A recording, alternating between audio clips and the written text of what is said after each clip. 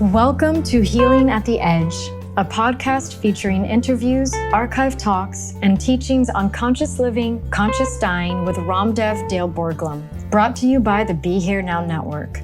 Dale has been a meditation teacher for nearly 50 years and has been at the bedside of the dying and their loved ones for over 40 years. He was the director of the Hanuman Foundation and founded the first Center for Conscious Dying in Santa Fe, New Mexico. He's taught with Stephen Levine, Ram Dass, and countless others on the spiritual path. Dale is still working with the dying today. For more information, please visit livingdying.org. The talk today is called Map to the Heart. I bet you didn't know that heart had a map. Well, a long time ago, the Buddha made a map to the heart. He called this the four Brahma Viharas, or the four heavenly abodes, or the four immeasurables, or the four faces of love. And basically, these four qualities are metta, or loving kindness, karuna, in Pali, or compassion, joy, sympathetic joy, mudita, and finally, equanimity, or upekkha. And I will be talking about how these fit together. And I'd like to begin, though, with a Christian quote. Saint Teresa of Lisieux said, "I felt it better to speak to God rather than about him." And what we're going to be doing today is talking about love rather than diving into it. So as much as possible, as this doesn't have to be a mental exercise in categorizing different ways of opening the heart, but really seeing if we can experience what we're talking about moment to moment. What is more important than opening the heart? In a way, I think that's why many of us, if not most of us, are on this path in the first place, to feel better connected, more fully connected. Someone said that what everyone wants is more meaning in life, and meaning comes from connection. Connection to self, connection to other, connection to God.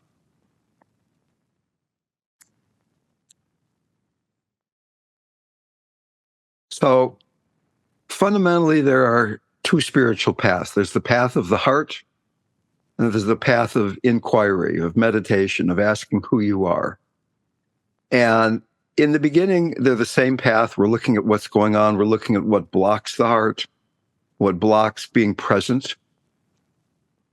But eventually we get to a point where we have to choose one of these paths, because the path of the heart fundamentally is about dying into the heart, not trying to figure things out, not even looking at what's blocking the heart anymore, but getting to that point where you fully trust, at least some of the time, the surrender into the heart. And I think beginning to understand the four Brahma Viharas will make that surrender a little bit more understandable and accessible. So in Sanskrit, there's the same word for the heart and the mind. There's not a different thing that's the heart. The word chit, C-H-I-T, is the heart mind. The heart, in a way, is the depth of the mind. The mind, you could say, is the surface of the heart. And as I said before, we can open the heart, or we can work with what blocks opening the heart. And we've done a lot of that latter. We've spent so much time with the Tantric three-step and working with embodied mindfulness and different kinds of practices as a method of working with what blocks the heart. Today, more about just diving into the heart. Oscar Wilde famously said, "Hearts are meant to be broken." And yet, we often try to protect our hearts. We often look for safety in terms of our heart. It is ongoing, unprocessed grief that makes it difficult to open the heart. And can we get to that point where we can feel the price we're paying by protecting our hearts, by not daring to love fully again because we've done it in the past and we've been disappointed, we've been hurt, we've been abandoned, we've been tricked, we've been manipulated. So many things have happened. Can we learn to trust both the light and to trust the pain? Can we trust how boundlessly spacious and full of light our hearts actually are? And even if you're somebody who has grown up on mindfulness practice, consider the possibility of a mindfulness practice where at the center of your practice is mindfulness of unconditional love. Instead of watching your breath, instead of watching how your body's moving, instead of being with your sensations, can you be with that quality of unconditional love that is the nature of your heart? In the beginning, something we pay attention to, and eventually something we surrender into. So let's just look a little bit at these 4 heavenly abodes. Loving kindness, goodwill, it's called metta. And interestingly enough, each of these 4 heavenly abodes, these 4 immeasurables, have a near enemy and a far enemy.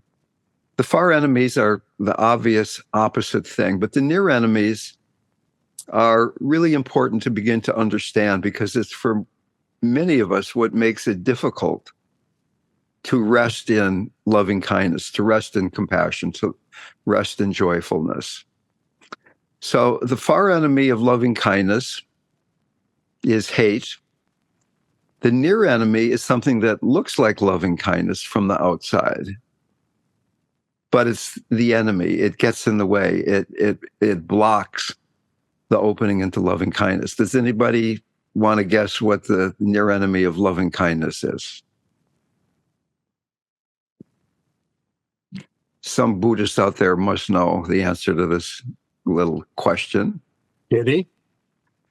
Pity? No, that you've given the answer to the next question is what's the near enemy of compassion? I'm sorry. But the near enemy of loving kindness is attachment. When you think about, for instance, infatuation, you're falling in love with somebody. There's a lot of loving kindness. There's a lot of love happening. But probably there's also some attachment. I don't want this person to leave. I like not being alone. I like somebody to be able to lie next to.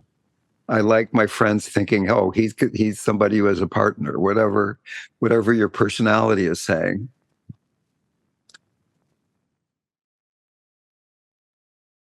So that beginning to notice how love can slide into attachment, that there's often, in fact, a rather complex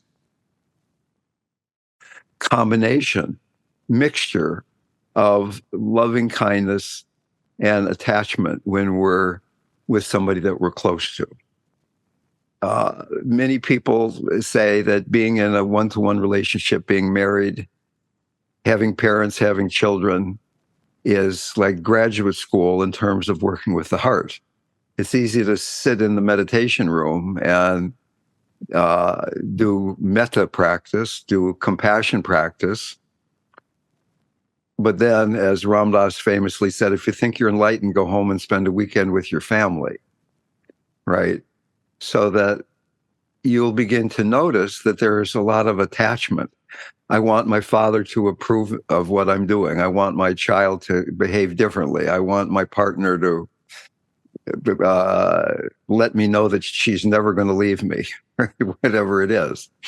Okay, so near enemy of loving kindness is attachment.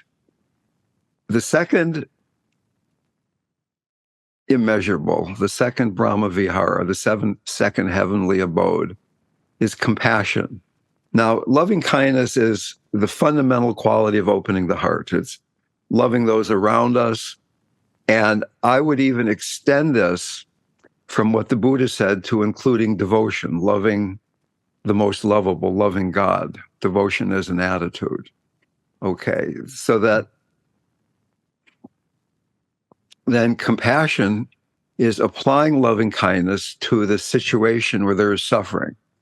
I'm suffering, somebody outside of me is suffering, people in the Middle East are suffering, individuals are suffering, groups are suffering.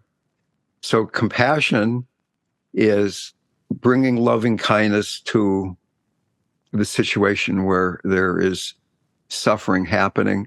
Traditionally, this is taught as suffering for other people. In the West, very often we need to focus on loving ourselves also. It has been very rare that I've been supporting someone who is dying who does not need more self-compassion. And just extending the Buddha's language here a little bit, forgiveness to me is very much like compassion. Self-forgiveness, forgiveness of others, asking others to forgive you are the three different possibilities for compassion, forgiveness. And in fact, there are slogans that go with these things. So I forgot even to mention the slogan for loving kindness. The slogan for loving kindness, may I be happy, may all beings be happy, may my father be happy, whoever it is that we're talking about. For compassion, may all beings be free from suffering. Okay, so in forgiveness, there are three kinds of forgiveness, as I said.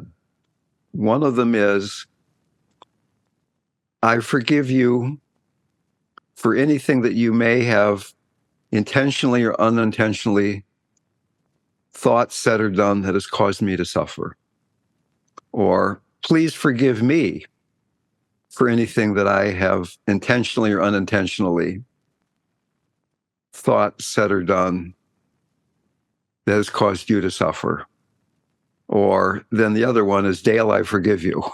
Dale, I forgive you. And that can be a practice.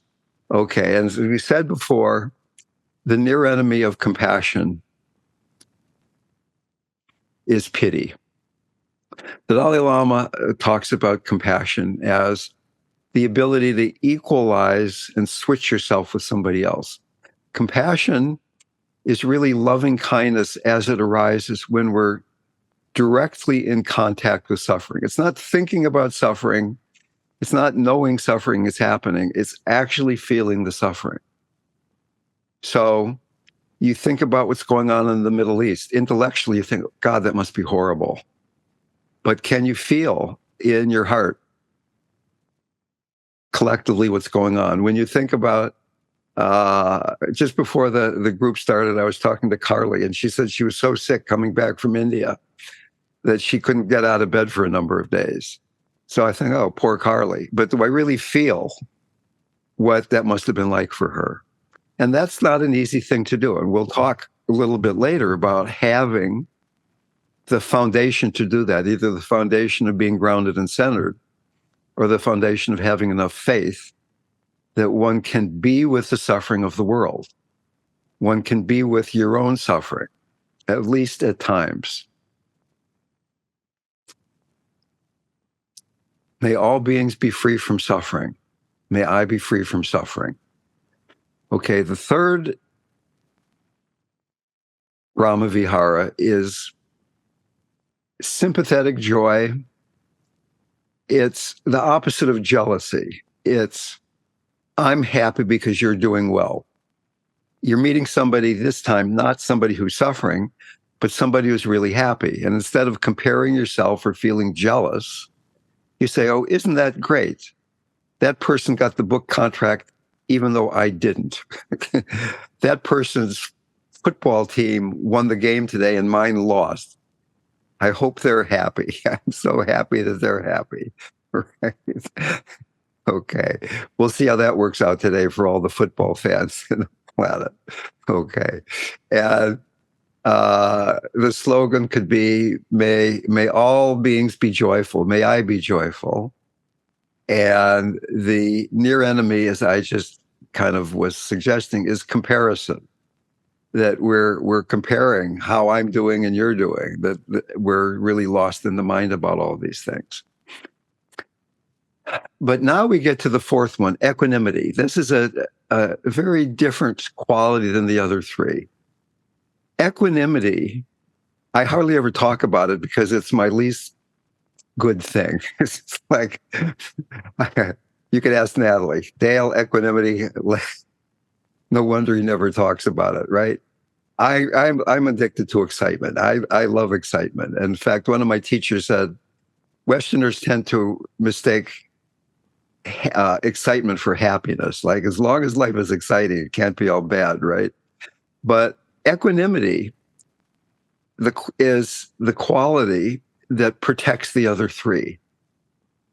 Equanimity is the protector of the heart. Equanimity is the quality that prevents love from sliding into attachment, compassion from sliding into pity, empathetic, sympathetic joy from sliding into comparison.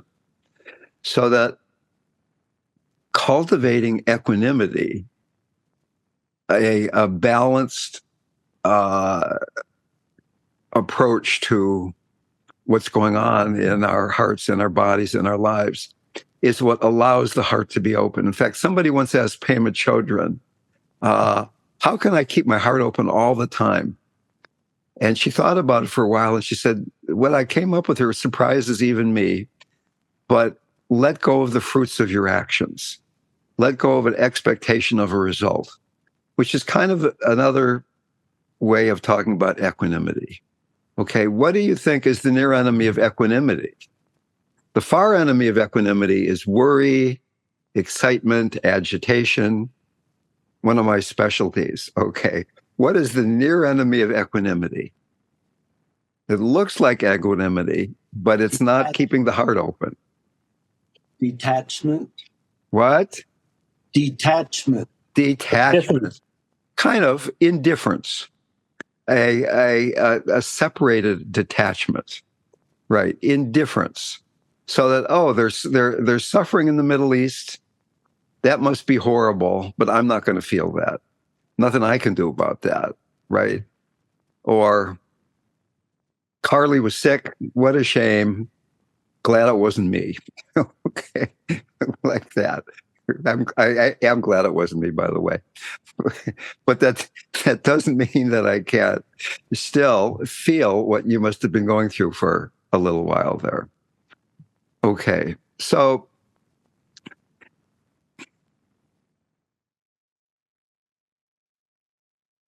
equanimity is the protector of the heart and keeps the other three from sliding into their near enemies.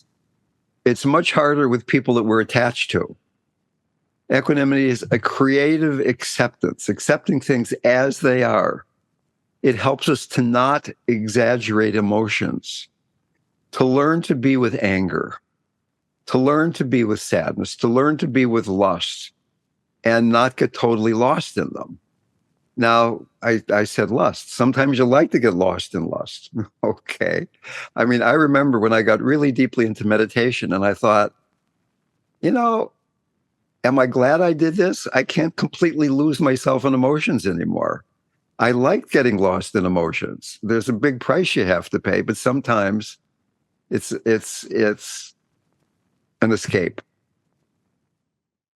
So as somebody, I don't know who who came up with detachment, it might have been Owen said that, maybe somebody else, I don't know. But it's not a separate detachment, it's connected. It allows true compassion to arise, being warm, not dry.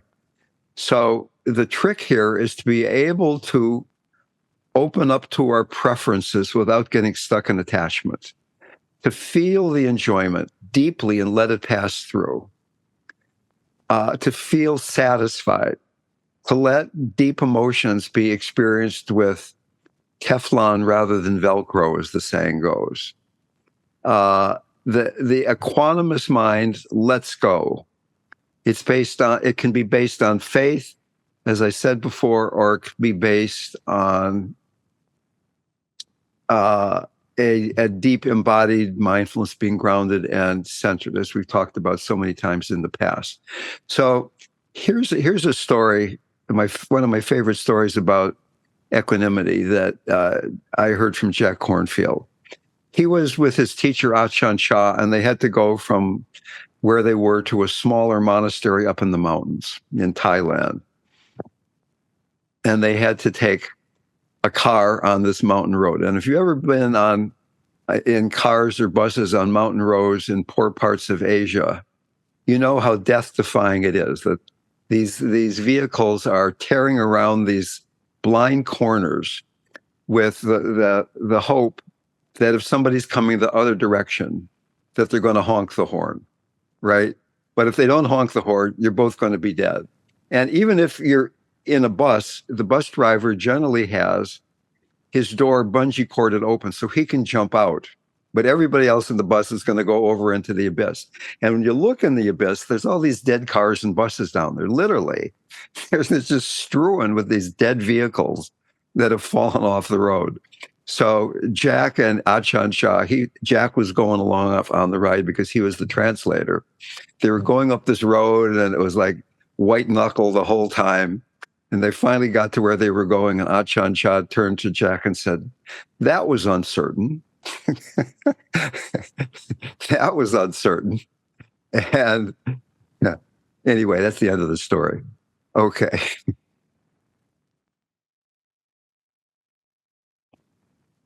Equanimity then has a lot to do with being centered. It's almost the definition of being centered. Can we take periods of time in our practice, particularly if we're going into circumstances where we think there's a very good chance that we're not going to be equanimous, where we're going to get lost in what's going on with me and my mother, what's going on with me and my 49ers, what's going on with me and my whatever it is, right? What's going on with me and Donald Trump? What's going on with me and my bank account, right? That we before we dive into certain situations like that, look at what we have faith in on one hand, or get centered on the other hand, so that there is a foundation of equanimity that allows the heart to be open no matter what it is that's going on. Equanimity is the ability to see without being lost or caught. Clear-minded, stable, steady, mature-minded, centered is the foundation of altruism, and the only way to be so impartial that we can feel love and compassion for all beings. How can we have compassion for both Donald Trump and Joe Biden, both of them, without equanimity? It's impossible. It takes us beyond the 8 worldly winds: praise and blame, pleasure and pain, loss and gain, fame and shame. So how do we cultivate equanimity? A balanced emotion toward all living things. A balanced emotion towards stuff, right? Oh, I broke my cup. I remember Natalie and I went to Guatemala last March, and I got this cup just as I was getting just as I was leaving the country. I got this really great mug. I just loved it. It was the perfect shape. It was heavy. It kept the tea warm for a long time. It was huge. It held like 2 cups of tea. It was the perfect mug, and it broke, right? And I thought, maybe I can glue it back together. Maybe it's like, it ruined the day. Like for a whole day, I was thinking about my mug. And of course, I broke it through being careless. I mean, it didn't break itself. It's like I bumped something. My other mug fell out of the shelf. My travel metal thing fell out of the shelf right on top of my mug. And it didn't even break. It just, there was a crack. So the next time I made tea, it was leaking. Okay. No equanimity. I love that cup. And the third way to develop equanimity, which is my plan, is choosing to be around balanced people rather than people who get lost in emotion. Okay. Now, on the other hand, if you're professionally working with people who get lost in emotion. You're a therapist. And I'm kind of kidding about that. I'm talking about my friends, but professionally, I just yesterday I was with a dear friend of mine who said that he probably only has weeks to live, and he said it with a great deal of equanimity, a great deal of equanimity.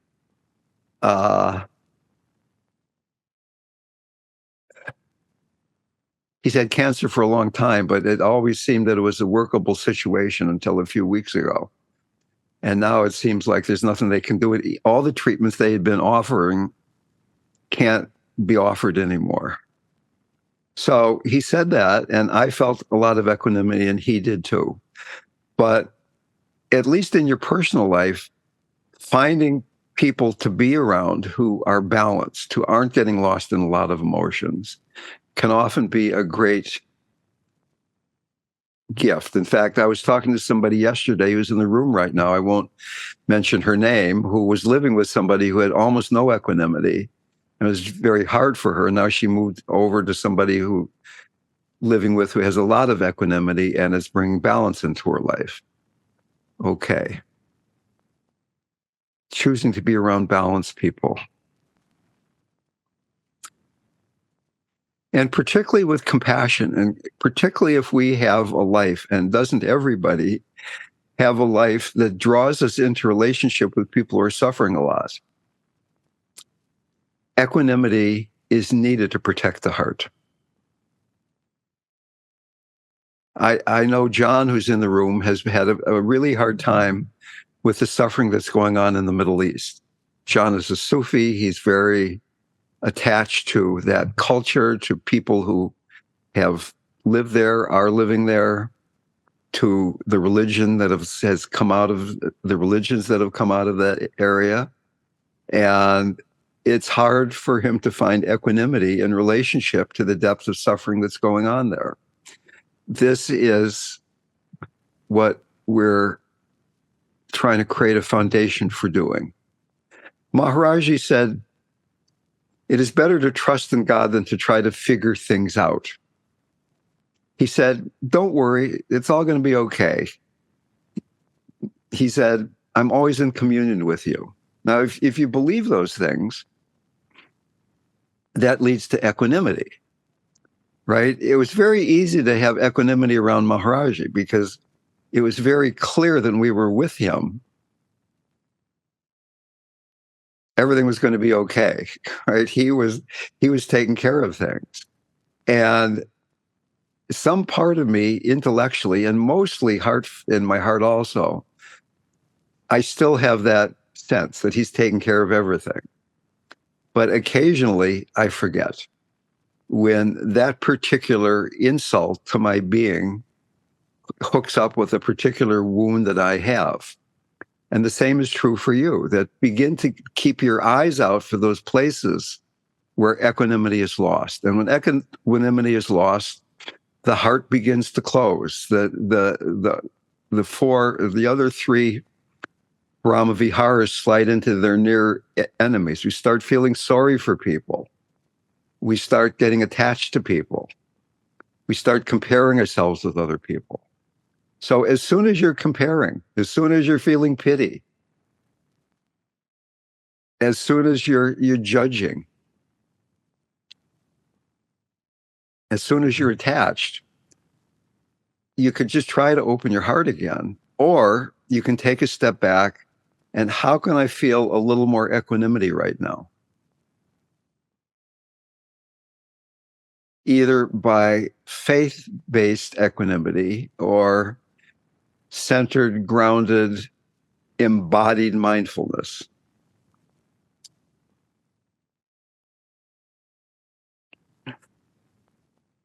Before the group began, I was talking to John online here, and I told him a story about equanimity. It doesn't quite apply right now, but it's such a great story, and he asked me to tell it, so I will. So we were with Maharaji, and he was giving us Westerners spiritual names. And a friend was there, and he gave her the name Mirabai. Mirabai was a great woman saint who loved God so much that she left her husband and just ran off and sang songs to Krishna for the rest of her life. Her poems, her songs are collected. They're just beautiful love songs to God. So Maharaji said to her, "Your name is Mirabai."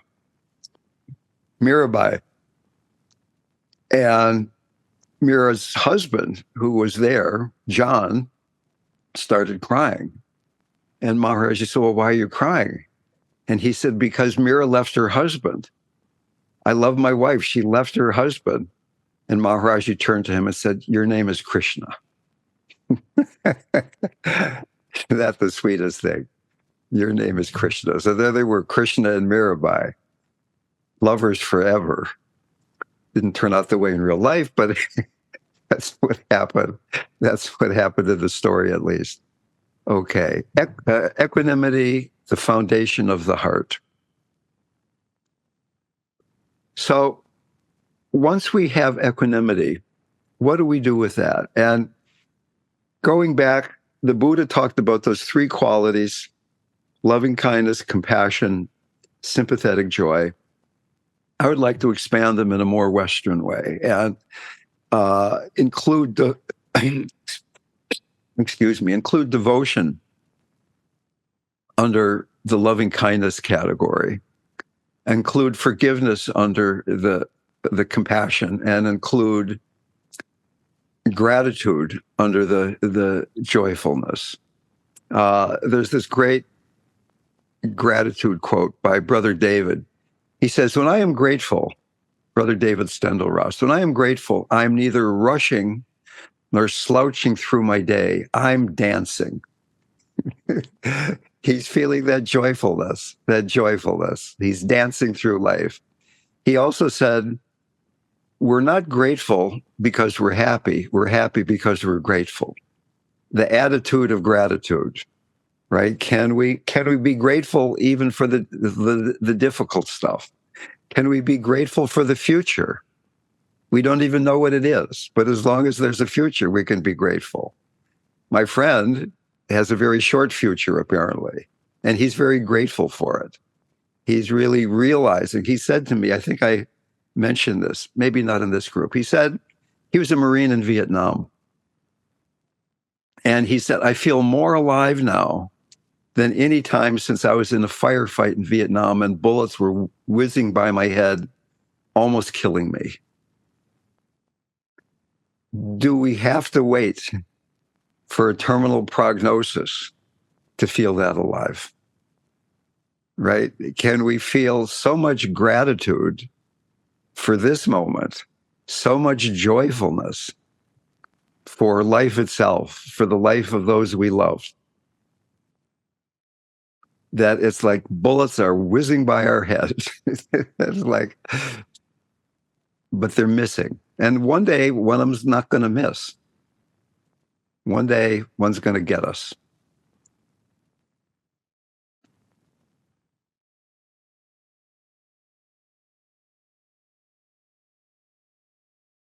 Devotion, for many people, is the easiest way to open the heart because it's opening our heart to that which is most lovable.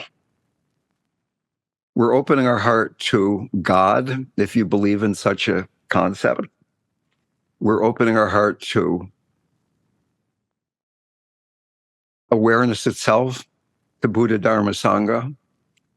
But devotion is an attitude of opening our heart to that which is love, with a capital L. It's our own true nature. It's Christ consciousness.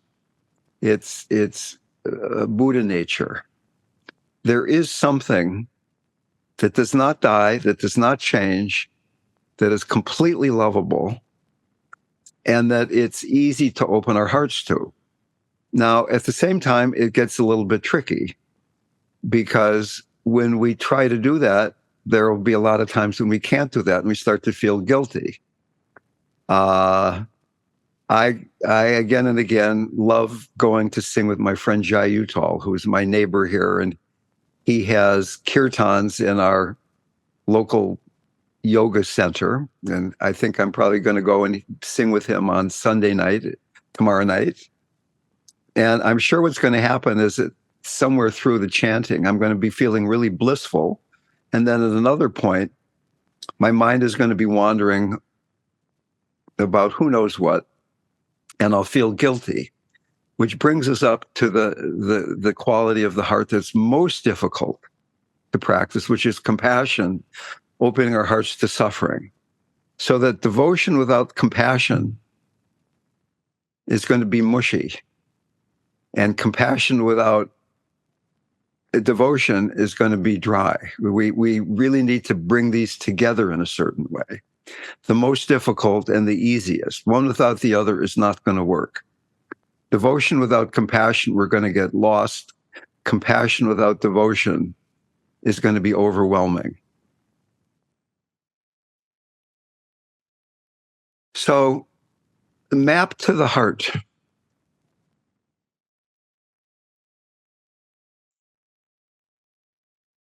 Finding out what endures in the heart. The movement from the temporary to the eternal, the perennial to the ephemeral, back and forth.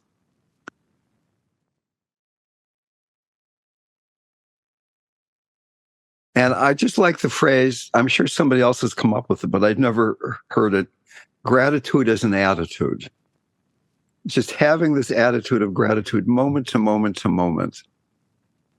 And let's end here with a short Hafiz poem. Admit something. Everyone you see, you say to them, love me. Of course, you do not say this out loud, otherwise someone would call the cops. Still, though, think about this great pull on us to connect. Why not become the one who lives with the full moon in each eye, that is always saying with that sweet moon language what every other eye in this world is dying to hear?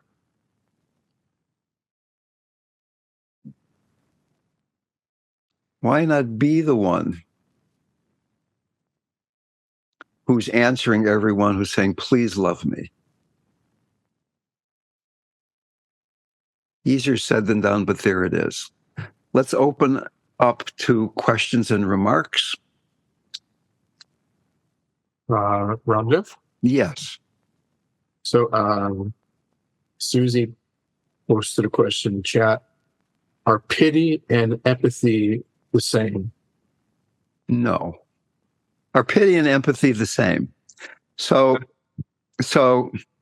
pity, empathy, and compassion are three qualities that are different, and it's very useful to understand the difference. And it's as the question implies, there can be a lot of confusion in the West about what compassion is and what it is not. So empathy is the ability to feel what somebody else is feeling.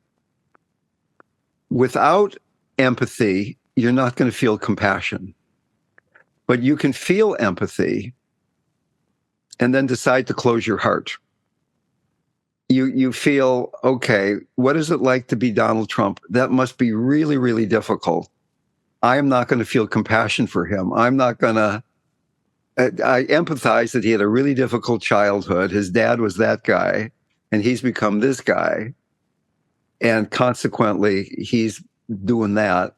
And I'm not going to open my heart to that because I don't want to feel that. So you have empathy for him, but you don't have compassion. In fact, you could have pity for him at that point, right? So empathy is the ability to feel what somebody else is feeling, and that can then move into either pity or compassion, depending on whether the heart is open or not.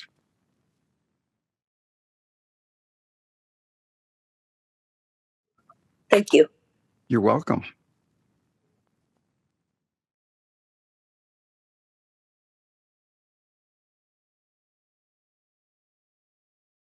Dale, there's another question in the comments. Is embodied mindfulness a way to let go of conscious and unconscious emotions buried in the belly so we can move towards equanimity? Is grounded and centered is embodied mindfulness, a way of letting go of emotions that are locked in the belly. Is that basically what it is? A way to let go of conscious and unconscious emotions buried in the belly, and that's from deep. So that's really a wonderful question. And I said a few times today that a foundation for having the heart open is being grounded and centered. Being grounded and centered is fully inhabiting the first, second, and third chakras. The heart is the fourth chakra. These are developmental stages. It's harder to have the heart open. In fact, it's almost impossible to have the heart fully open if you're not having the lower chakras open. And then beyond that, the opening the chakras are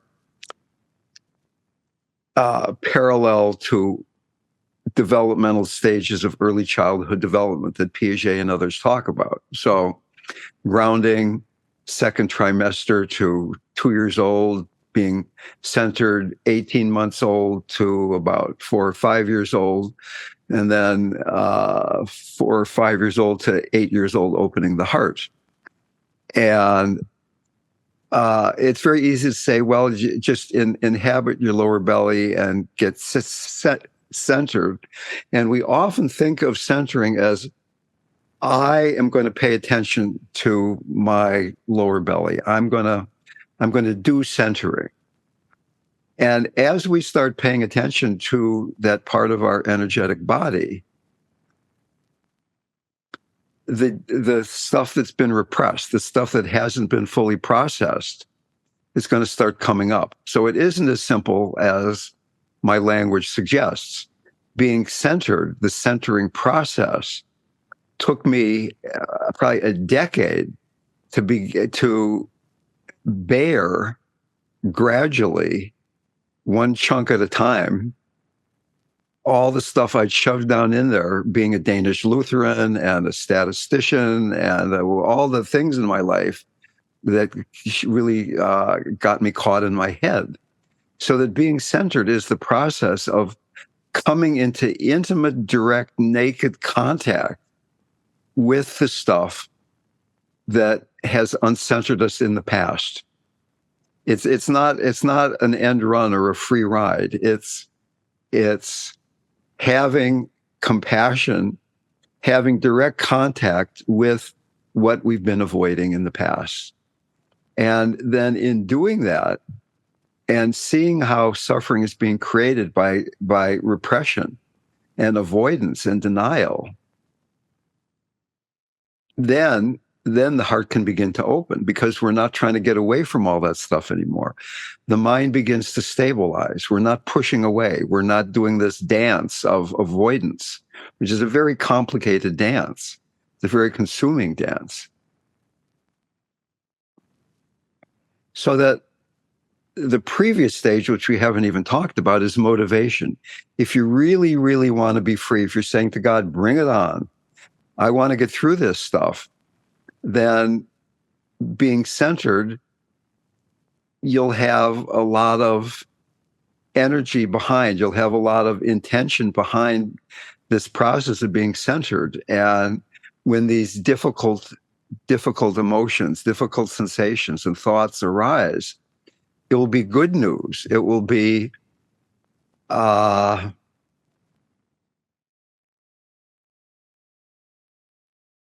the next opportunity for becoming more in touch with who you are beyond illusion. The energetic quality of being in your heart after being centered is having appropriate boundaries. And it's very difficult, if not even impossible, to have appropriate boundaries if you're not centered, if there's not somebody there, some ego development happening already from which to create these boundaries. The energy that you create boundaries with is energy that collects in the hara, in the belly. You breathe into your belly, you breathe out a boundary that can include or exclude, right? So And having appropriate boundaries then allows us to trust having a boundlessly open heart. We're not needing to defend ourselves. Vulnerability is safe. Vulnerability is safe. Because we're in touch with who we fundamentally are.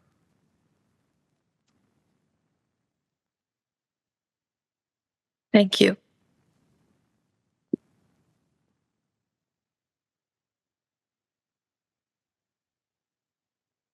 So let me ask myself a question, just occurred to me. Why am I so attached to excitement? Why is equanimity something that I have been avoiding all my life?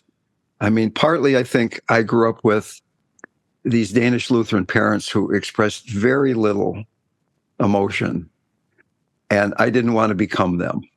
Right? I wanted to be wild and passionate and free and say, look at me, I'm not my dad. I can have wild emotions. I can be passionate. But in a way, I threw the baby out with the bathwater, I think. And really being grounded and centered, inhabiting the lower belly, feeling calm, there's a kind of wildness and freedom that doesn't come from this pushing away equanimity. Imagine how free we are if we're totally grounded and centered, or if we have total faith in the one. There's nothing to be afraid of. No guilt and shame anymore.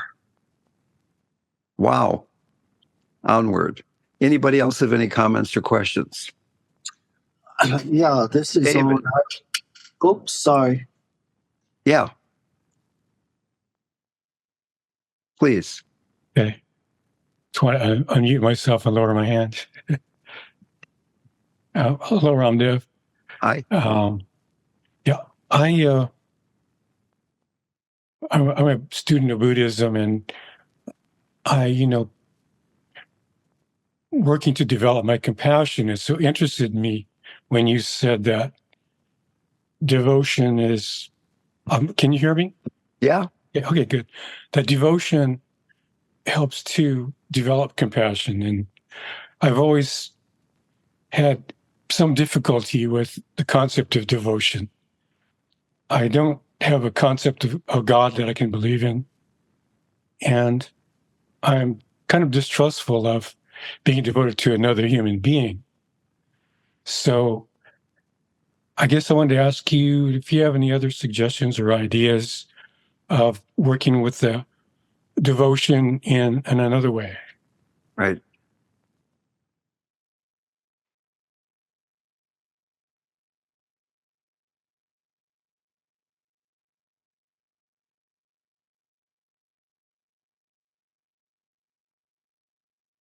Yeah, I do. And I'm just trying to think of how best to say this succinctly.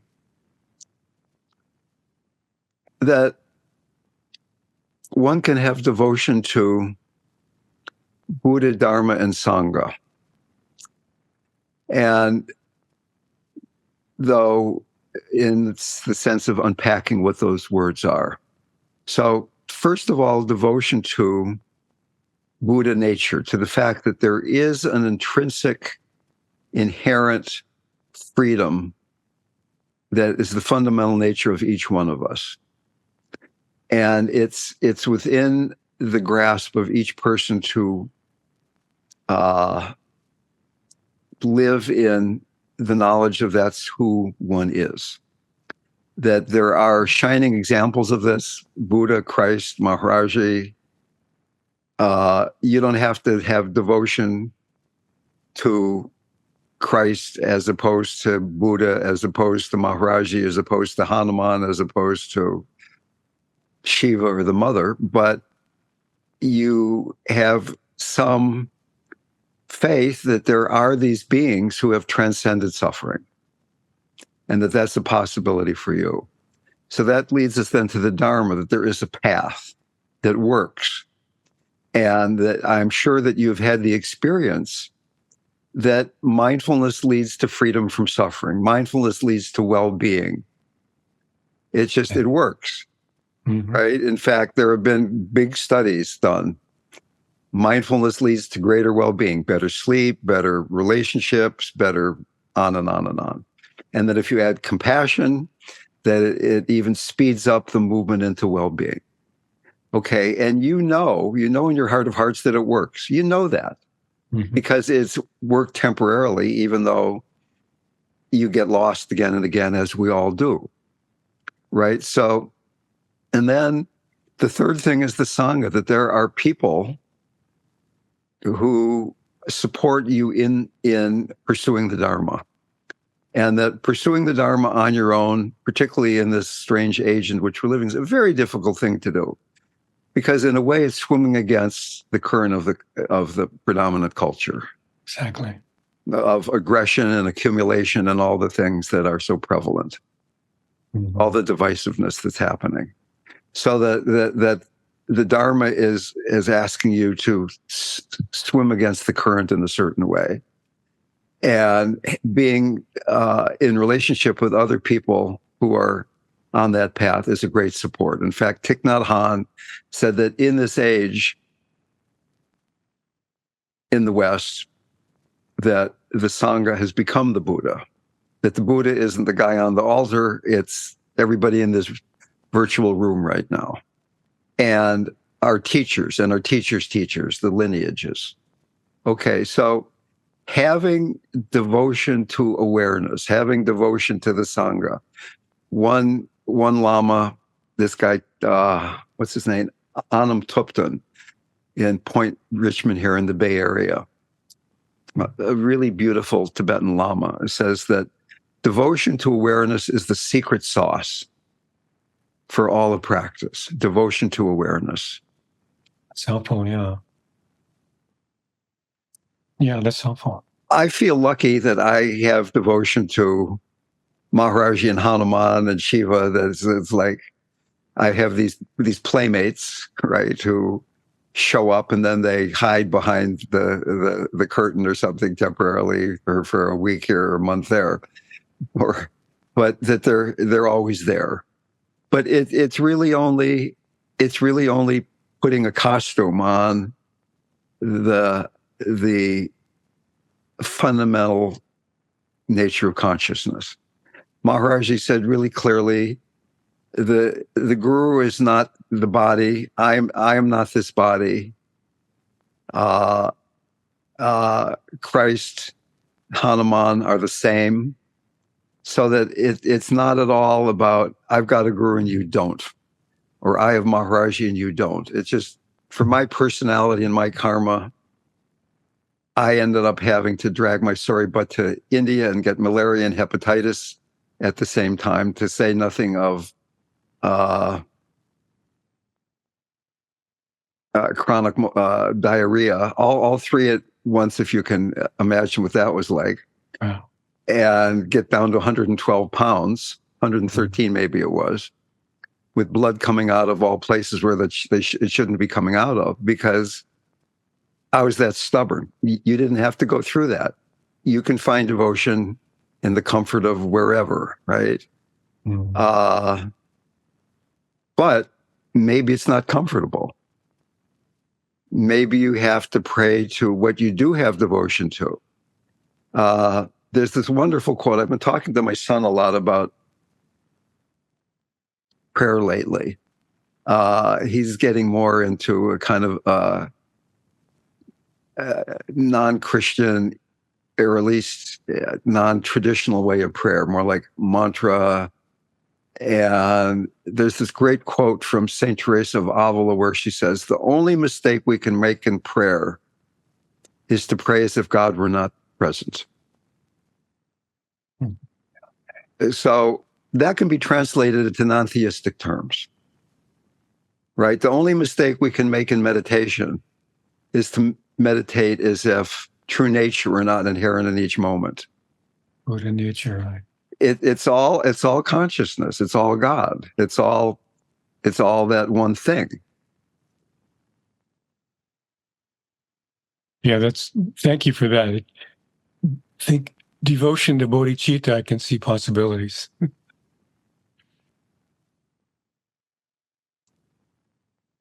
Thank you.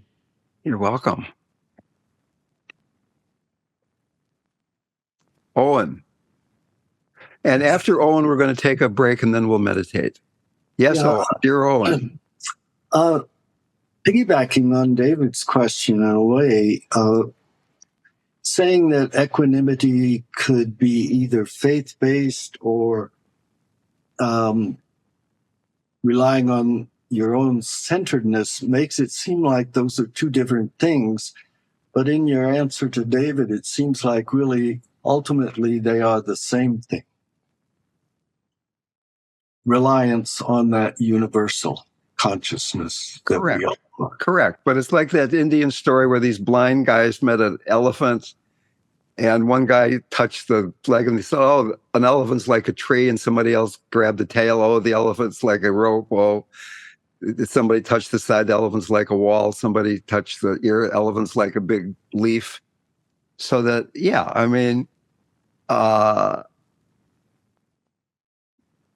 depending on your personality type, David has not felt that devotion to a deity has been his path, right? And you're right that it takes you to exactly the same place, but the way of getting there, the mind states, the flavor of it is, one of them is more appealing to David than the other one is.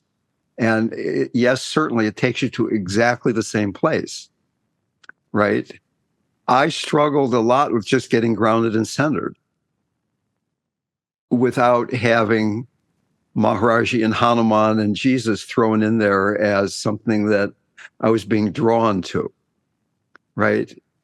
And doing a lot of devotional practice mixed in with this more direct body-based energy body mindfulness, embodied mindfulness.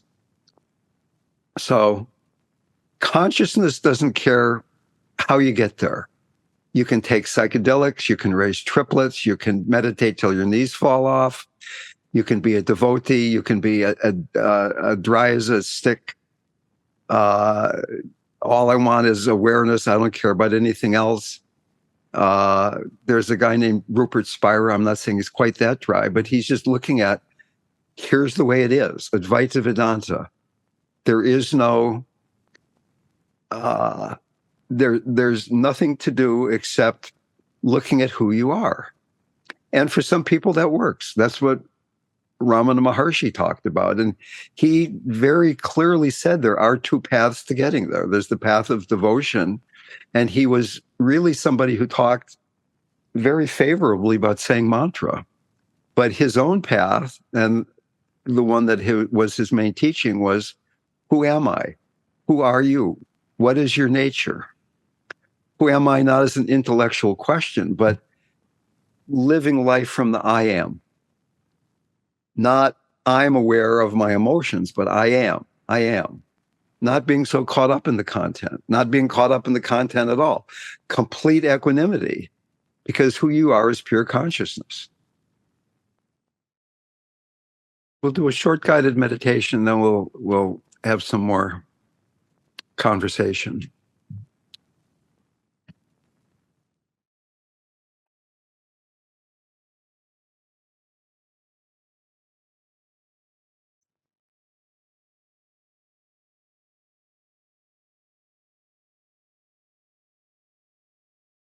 Please begin by invoking that which you feel devotion to.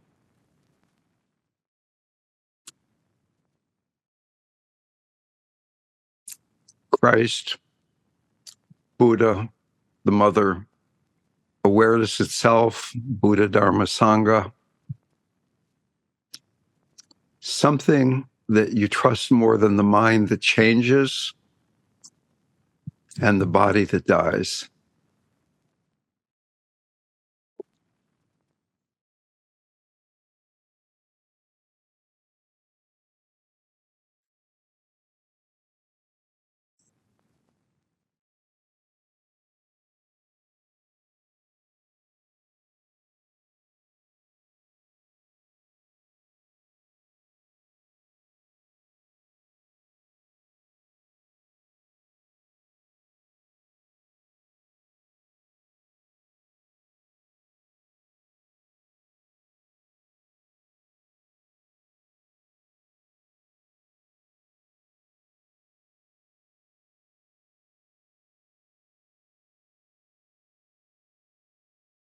letting this invocation bring a sense of trust into your moment-to-moment relationship with experience.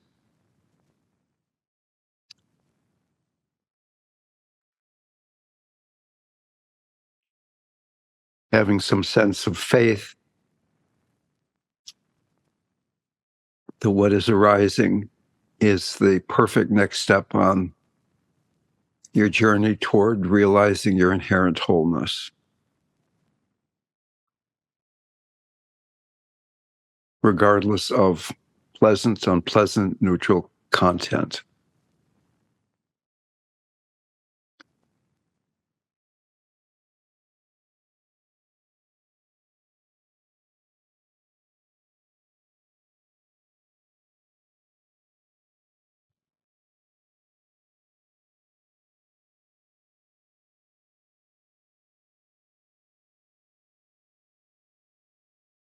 To deepen this faith, this trust, you can do some grounding and centering breaths, deepen the sense of embodied mindfulness, taking a few grounding breaths, pushing energy out through the base of the torso as you breathe out. Easy, natural in-breath, receiving, grounding, supportive, nurturing, earth element energy.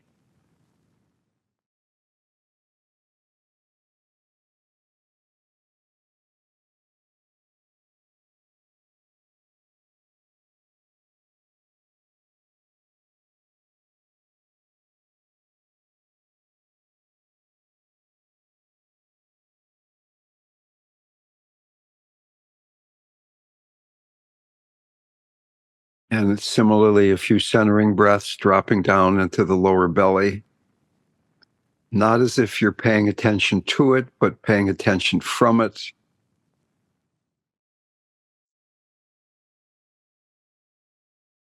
Centeredness transforms from being something you're doing to a way of being in your body, inhabiting your life.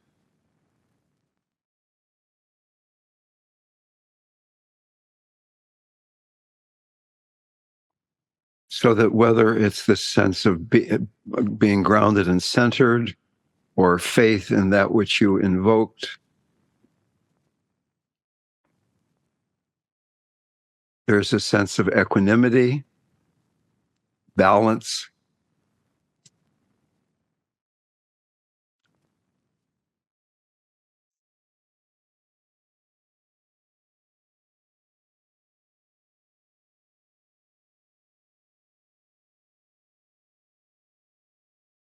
the ability to see clearly without being lost, clear-minded, stable.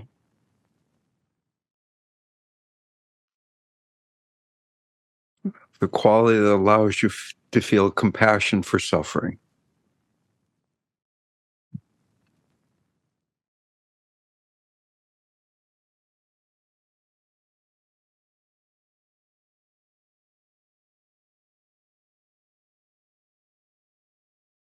A sense of equanimity supporting devotion.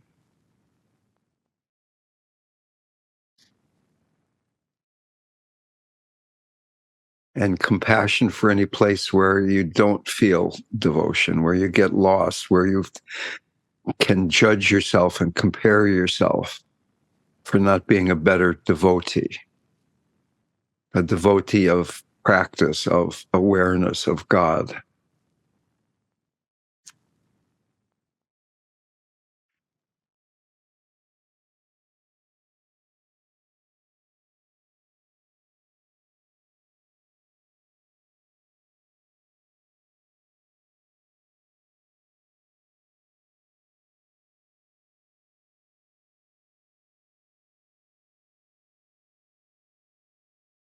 And now imagine sitting right in front of you is the embodiment of that which you're devoted to.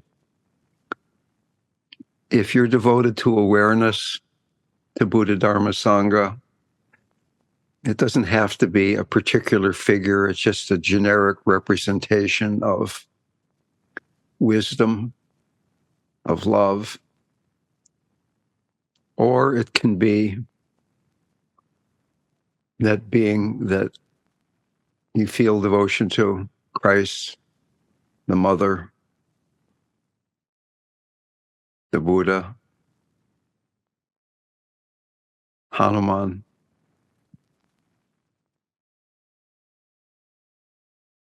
Seated right in front of you, not just as something you're imagining, but feeling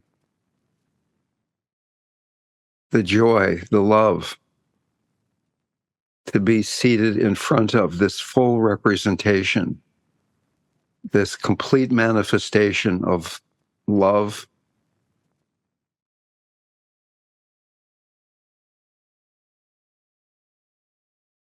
What a blessing.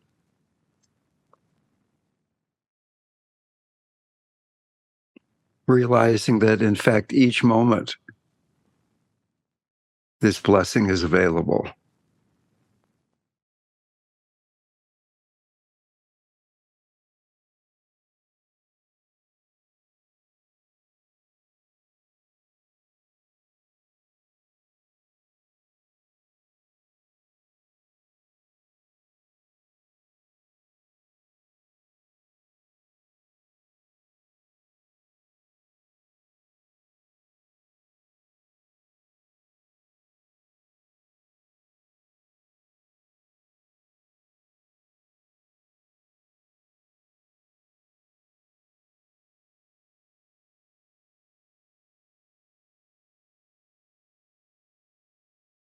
And out of the heart of this being sitting in front of you comes a ray of golden light into you. This being sitting in front of you is made out of this radiant golden light, pure consciousness, pure presence. And this ray of light coming into you begins to gradually purify you of any place where you're holding on to separateness.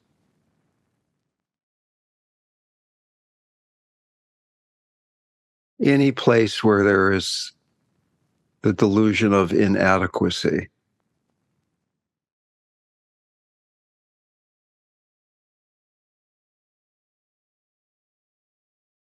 Slowly, each cell in your body permeated, filled with this pure presence.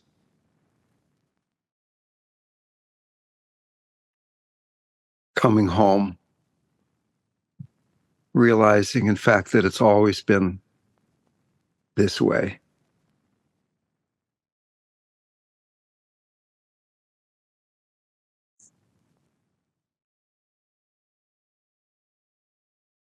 Your body made out of the same substance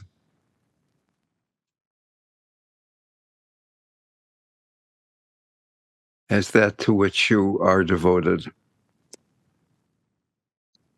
to the deity, to the manifestation of pure awareness.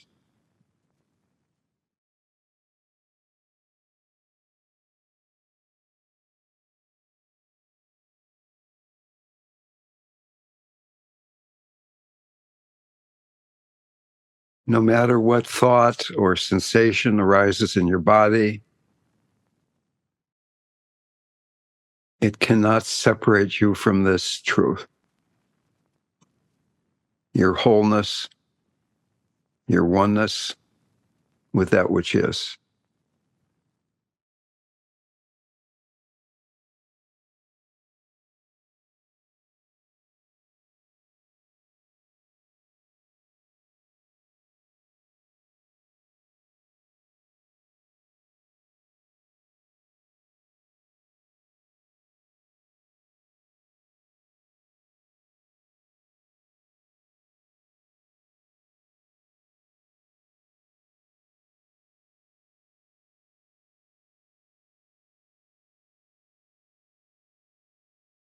And then very, very gradually, your body and the body of the deity begin to move towards each other.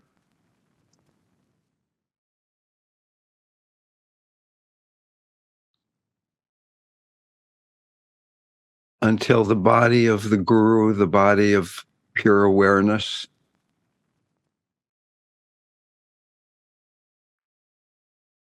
moves into your body. Your body, the same size and shape that it's always been, but one with the deity, one with the guru, one with pure awareness.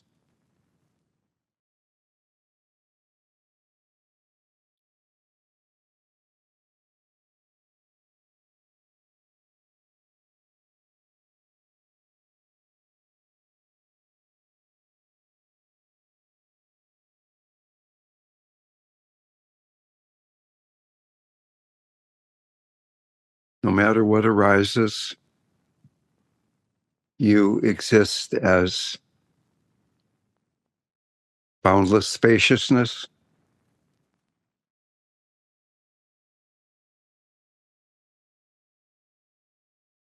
great clarity,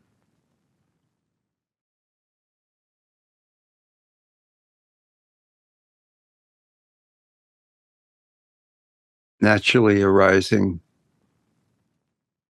loving and compassionate activity, without effort, who you are.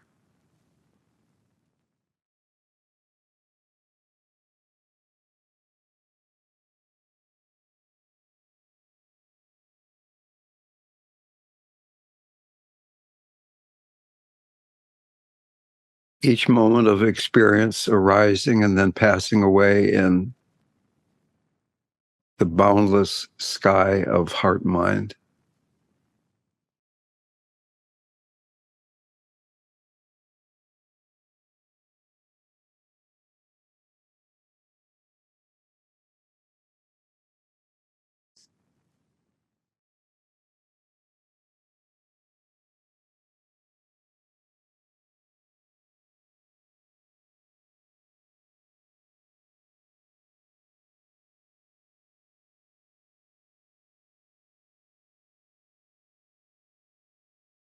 Naturally arising a wish that all beings might be free from suffering and the causes of suffering.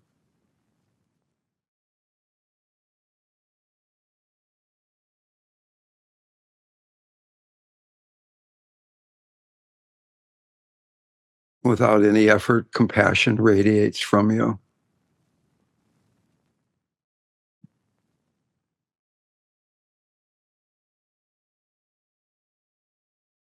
Your true nature expressed.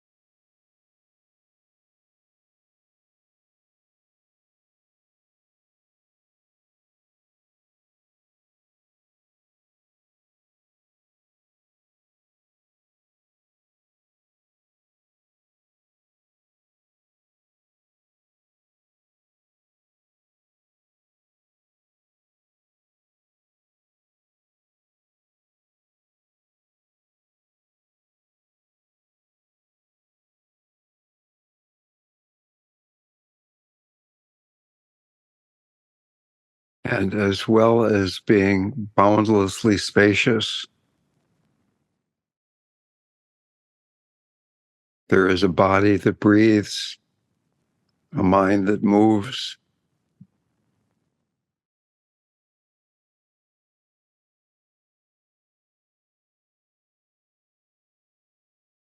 being grounded and centered at the same time as being boundless.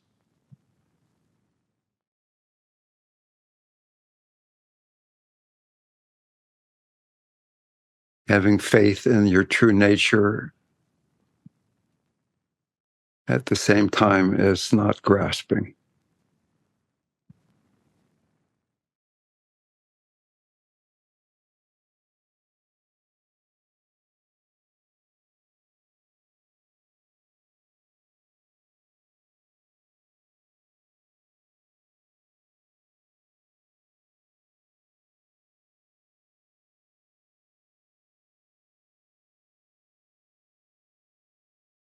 Coming back to your body, eyes opening, your body moving.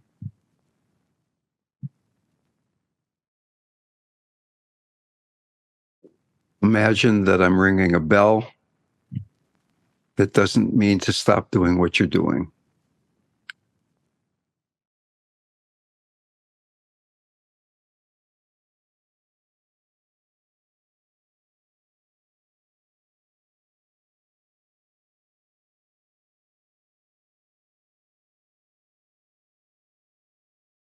Is it possible to keep resting in this process of guru yoga, even though we're talking about stuff with content, interesting things, exciting things, boring things, things we could compare to other things?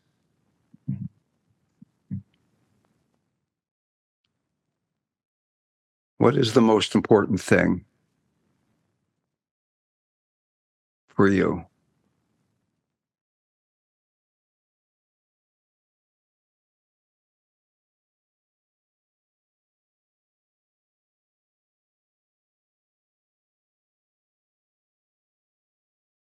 So once again, everybody is muted. And feel free to unmute yourself and make a comment, raise your virtual hand or your button hand or whatever you call that other thing. And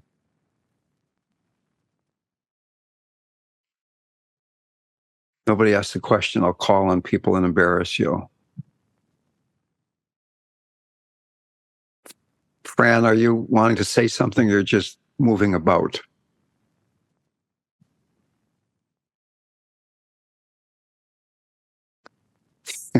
Okay. Oh, Alex, you're muted. Okay, good. There we go. But the earlier question about what happens when you enter into the enlightened state, what happens to your hang-ups? Like what happens to your shadow? Uh-huh.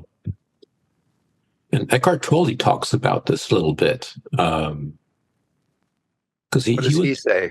He was depressed for a lot of his life. And he also had suicidal thoughts. And he was pretty much not going very far in life. And then he was sitting on a bench one day and he had this cognitive shift. And all of a sudden, there it was. Right. And Oprah asked him about, well, what happened to your what he calls your pain body? And he said, it just dropped away, just went away. So that was his kind of experience of it. So are you asking me if I agree with Eckhart Tolle or trying no, I'm just making a statement. What? I'm just making a statement of what I observed. Okay. A friend of mine, his wife entered into this state, and she woke up one morning and she noticed just having this kind of experience of infinity that remained constant. And she spent a year just in that space, and then she was going to come out as a spiritual teacher. And he said, but then they got divorced, and he was so shocked by the negativity that was coming from her while they were going through this divorce process. So it's very strange how that works. I think maybe if you're an avatar, it kind of, you just come and you're just clean, perhaps. I don't know. I think it's probably very nuanced. Okay, can I jump in here? Yeah, I'm done. Before we go too far down this road. So first of all, when we say she went into this state and Eckhart Tolle went into that state, it's not at all clear they went into the same state. I mean, people can have all kinds of experiences of non-duality, temporarily or permanently or deeply or not so deeply. And Ramdas says this line, I'm not sure how true it is, but he says, if you're a son of a bitch and you get enlightened, you'll be an enlightened son of a bitch, which gives me great comfort. And so I guess what I would say is that, first of all, being an avatar, that this term you put out there, very, very, very, very, very, very, very few people become avatars. I mean, the avatar is the teacher of the age. The Buddha was an avatar. Christ was an avatar. If there's been any after that, I'm not sure there have been. So Eckhart Tolle had this awakening experience. Your friend's wife had an awakening experience. There are people in this room who have had awakening experiences. I've had an awakening experience. And I mean, I was in India and I was meditating with Goenka, and it was like the end of a long, long period of meditation. And I had this experience where for an hour I was in no mind, big mind, total awake. And I thought, maybe this is enlightenment. And after the meditation, the teacher put me in a special room because he would tell I was ripe for something to happen. And after the meditation, I had to walk through the big meditation hall to get to the dining hall. And as I was going through the room, somebody got up and bumped into me. And I thought, do you know who you just bumped into? And I realized I probably wasn't enlightened after all. So there are all kinds of degrees of this. And for some people, it's not permanent. I had a friend, Suzanne Siegel, who died a whole bunch of years ago, but she was minding her own business, standing at a bus stop in Paris. And she awoke. And it was very confusing for her. She had not been expecting this. She hadn't been trying to create this. She didn't really know what it meant. And it was very disruptive to her life for a while until she was able to talk to some people who could kind of explain, oh, here's what this might be about. So I guess my main answer would be, when you get enlightened, then you can see how much of your funky personality continues on along. And until then, let's just see if we can get there in the first place.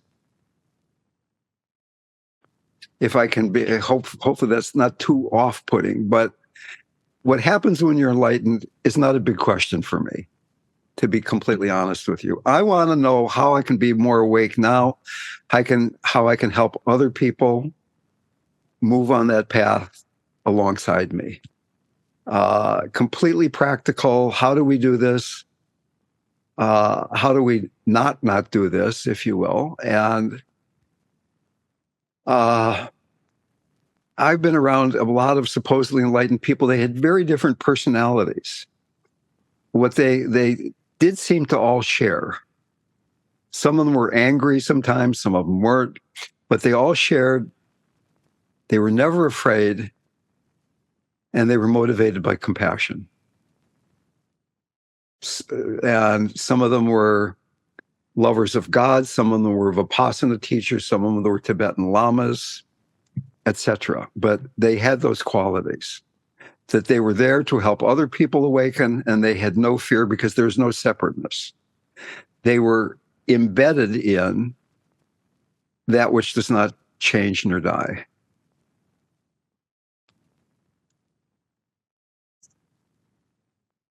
As we are right now, but they knew it. Okay.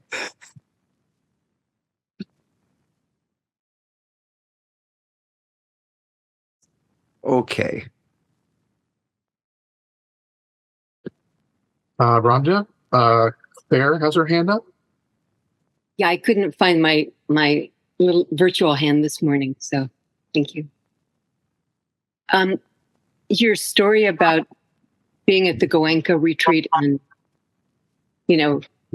arriving at some state of awakeness and then someone bumping into you and you kind of reverting back to being your human self. It does kind of mirror a lot of my experience of when I'm sitting. I get up very early in the morning, it's still dark out, and I sit, and I often have just these really beautiful experiences of my body almost dissolving and becoming kind of one with the sound of the wind. And I live near the beach, so the sound of the ocean and so forth. And typically, as I then enter my day with other people, I lose that pretty quickly. Sometimes I try to intellectualize and say, "Oh, remember," but it's very fleeting. But one thing, one of my early yoga teachers shared with me a long time ago that it's just a kind of a practical thing that I like to do. He said, whenever you're just kind of walking around, or you're not engaged in some kind of work thing, but you're just taking a walk, or you're going through your life, he had what he called taking a compassion walk, and just kind of looking at whoever you pass on the street or wherever, and just sending compassion to them. And it sounds maybe kind of simplistic or kind of corny, but it was just more this intentional kind of reminder that, yeah, we're sharing this, this space, we're sharing this planet, this world at this time. And just to remind me to kind of like put my attention to that intention a little bit more deliberately. And I've just always found that to be really helpful. Just thought I'd share that. Yeah, thank you. That's a beautiful practice. And in fact, I forget who it was the previous meeting or 2 meetings ago, but the talk I gave was entitled something like "Finding the Object of Your Devotion." And the point there was, and I'd like to make it again, that I think it's important to find a practice that does what Claire was talking about, that you can begin to integrate into all those moments in your life where you're not mentally preoccupied with answering an email or something, but you're able to bring your practice, you're able to integrate that state you were talking about from the early morning meditation into your daily life, and to find a practice that's robust enough, and then you kind of bite into it and don't let go of it, if you will. In the beginning and intermediate stages of practice, it's really useful to have some kind of effort that says, I'm going to do this. And then as practice deepens, it's letting go of effort, it's surrendering, it's receiving a lot more. But to be able to like have a mantra that you're saying all the time, or to have this sense of being centered, even when you are doing an email, or even when you are talking to somebody. And the Bible talks about pray without ceasing. And the only way you can do that is if your practice goes so deep into yourself that it's happening without you doing it, because other times you're doing other things. But that the quality of the prayer saturates the cloth of your being, right? You're colored by the prayer, that just the sound of your voice has that quality of prayer in it. And it is one of the deep frustrations of the spiritual path that we have these experiences and we know they're true, and it's what we're yearning for, and how quickly we're overwhelmed by our conditioning. That we go into meditation or prayer and then the phone rings or something happens and boom, it's like almost completely gone. So that equanimity, which is one of the main things we've been talking about today, is a way of not getting lost in activity so much.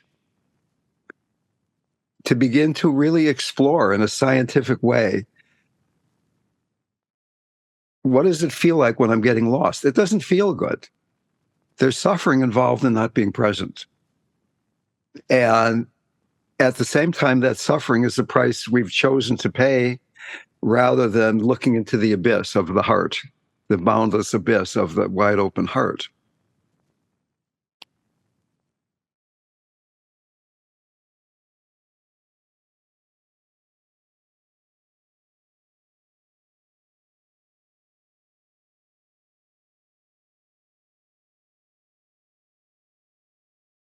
like right now.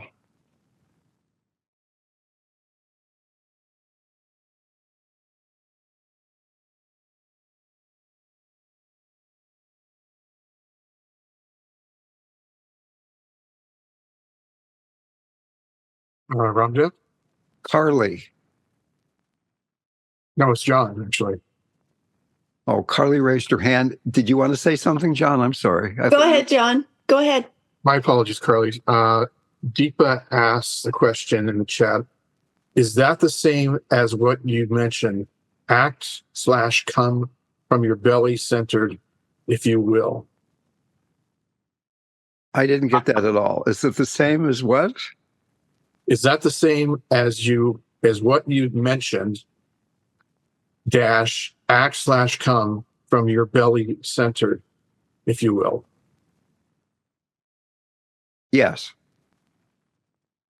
Okie dokie. I think. I'm pretty sure. Carly. Hi, Dale. Hi, everybody. I just had some reflections based on what you've shared today and much of my experience of my trip in India recently, including being sick. I really have appreciated, my mini mantra lately has been being with, and you brought it up again today about, I think with equanimity and equalizing, just being with the moment, being mindful. And there were many, many opportunities while I was in India to just pause. And, I just would tell myself, just be with this as it is. Whether it was an experience of deep love and gratitude for family that we were with, being in a temple, experiencing the witnessing of the pain and suffering of those that were struggling on the street. And then my own illness too, while I was there, bad guts. And then at the end, when I got super sick, even that, being borderline conscious, I wasn't stressed and anxious and suffering in my head about, oh my God, I'm sick. I think I'm going to die. But more of just this sadness and comfort to my body for what my body was going through. And, as my intestines would just ripple and I would purge from all ends, I was like, girl, you just got to be with this too. Just be with it. And it kind of tempered and just brought me to the moment mostly, and it was really clarifying. And I think many folks feel like, well, I'm going to go to India and have this amazing, deep spiritual experience and enlightenment. And, I didn't go there with any intention or expectation, just a completely open heart, open mind, curious, observing. And since I don't speak the language, I was also silent quite a bit. So I didn't say much. So that gave me the opportunity to just be with everything I experienced. And I basically came away and came home with, I think the physical purge also helped, but this spaciousness that I don't want to fill back up again with garbage or anything of excess. And not in a super, perfectionist, I'm never going to drink or smoke or do bad things to my body, but just being with everything that is. This just is. People ask me about India, and I was like, I feel like India is like a distillation of what it means to be human and what my heart always feels, but I can't express in words because I just don't have words. It's everything and nothing. And it's just being with, whether, I had experiences from being treated like royalty because of who we were with to being literally in the sewage gutters.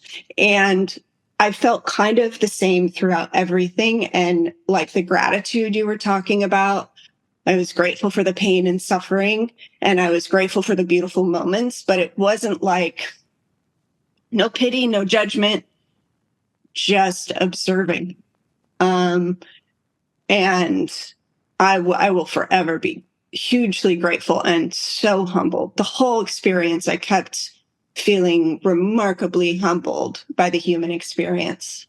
So I also want to thank you, Dale, for all of our interactions and having you kind of with me in spirit and mind, guiding some of that trip.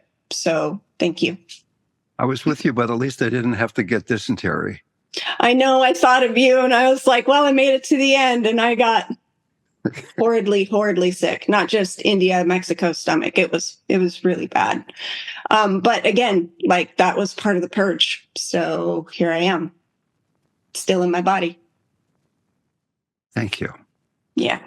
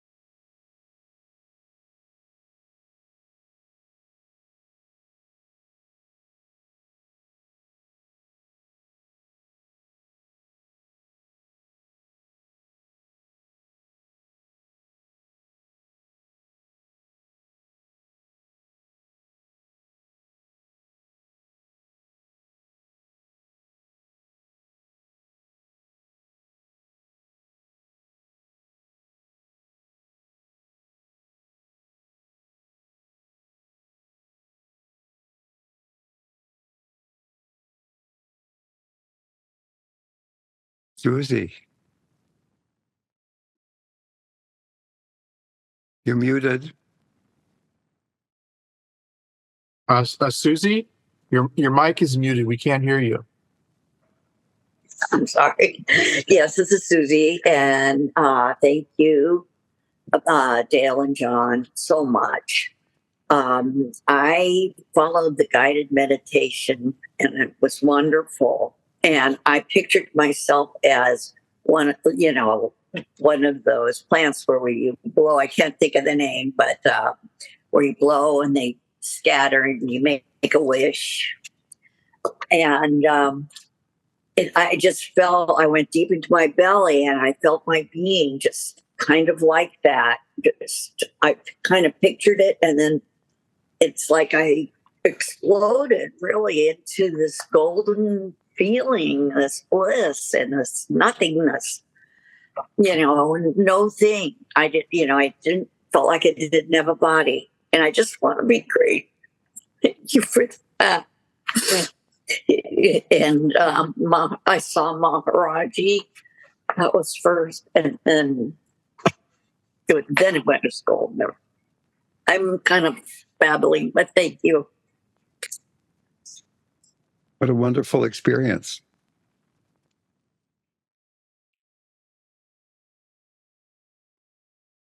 Nicole. Oh, I see myself raising my hand. Just want to send a heart to Susie. And, my experience in this meditation was quite similar. So, thank you. I'm going to Norway tomorrow. It is offers me a wonderful support. Thank you.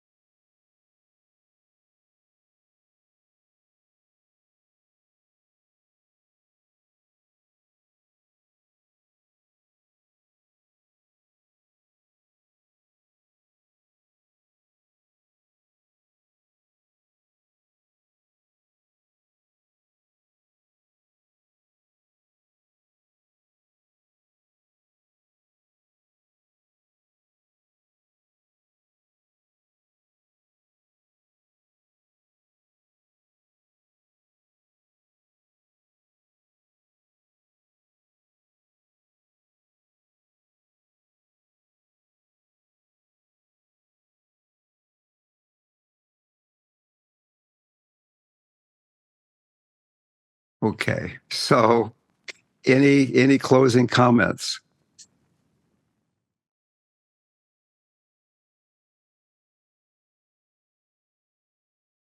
Thank you so very much.